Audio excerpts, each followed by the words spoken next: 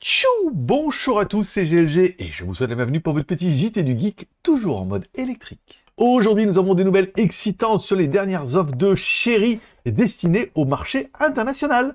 Et surtout, ne manquez aucune de mes vidéos, abonnez-vous et cliquez sur la cloche pour rester à la pointe de l'innovation automobile chinoise. Chery vient de lever le voile sur deux nouveaux modèles, le Chery Omoda 7 et l'Exceed Exlantis ES, qui promettent de redéfinir les attentes pour les véhicules d'exportation. D'abord, parlons de l'Omoda 7, un SUV hybride rechargeable qui attire tous les regards. Ce véhicule offre une puissance de 150 kW, soit environ 156 chevaux, pas mal, avec un couple maximal de 220 Nm. Il propose une autonomie électrique de 95 km et une autonomie combinée impressionnante de 1250 km. Sa consommation est évaluée à 4,98 km au 100, pas mal. Et vous, qu'en pensez-vous? Pensez-vous que l'Omoda 7 pourrait rivaliser avec les marques européennes?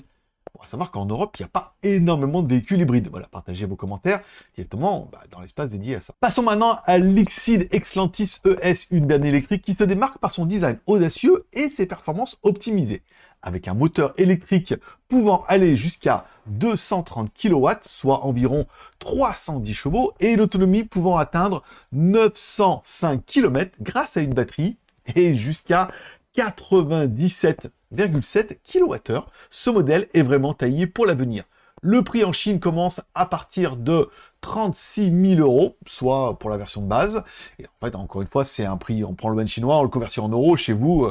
ça sera le double. Bref, on pourra apprécier un petit peu l'effort de Chery de proposer des versions qui sont avant tout dédiées à l'export. Encore une fois, concernant le design, beaucoup vont aimer, beaucoup ne vont pas aimer.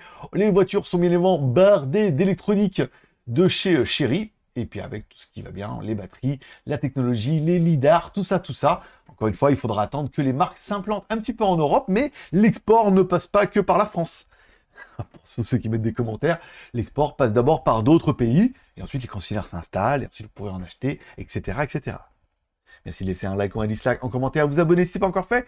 Pour plus d'informations sur les véhicules électriques et automobiles chinoises, consultez nos articles complets sur jtgeek.com et retrouvez nos vidéos directement sur JT Geek, le blog.